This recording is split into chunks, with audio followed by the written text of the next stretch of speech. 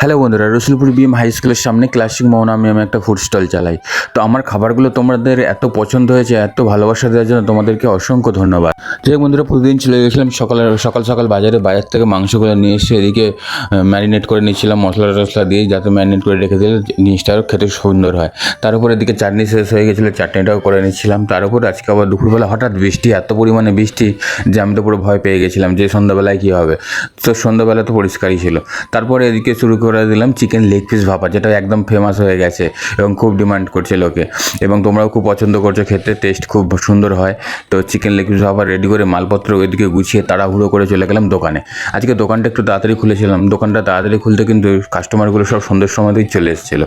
তো আজকে দোকানে ছিল chicken cheese, Kurkure momo, chicken kebab, chicken satay এবং চিকেন নাগাট ছিল, সেগুলো সব বিক্রি হয়ে গেছে খুবই তাড়াতাড়ি। আজকে প্রায় সব মালই খুব তাড়াতাড়ি বিক্রি হয়ে গেছে। আজকে যখন 8:30 বাজে তখন কিন্তু সব মাল শেষ হয়ে গেলো, আর কিচ্ছু বাকি ছিল না, আউট অফ স্টক হয়ে গেছিলো পুরো।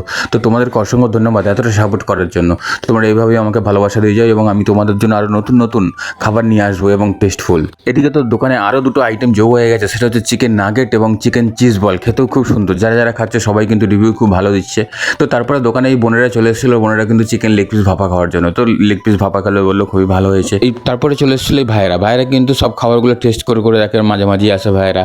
তো খাবারগুলো টেস্ট করছিল, তাদের মুখও খুবই ভালো লাগছিল। আজকে যেহেতু খাবারগুলো খুব তাড়াতাড়ি শেষ হয়ে গেছিলো, সেই জন্য আমি দোকানটা একটু ভালো করে মুছে মাছে গুছিয়ে তারপরে বাড়ির দিকে রওনা দিলাম। তো দেখা হবে পরের ভিডিওতে। আমার দোকানটা দেখতে পাচ্ছ, এটিএমের সামনে কিন্তু দোকানটা।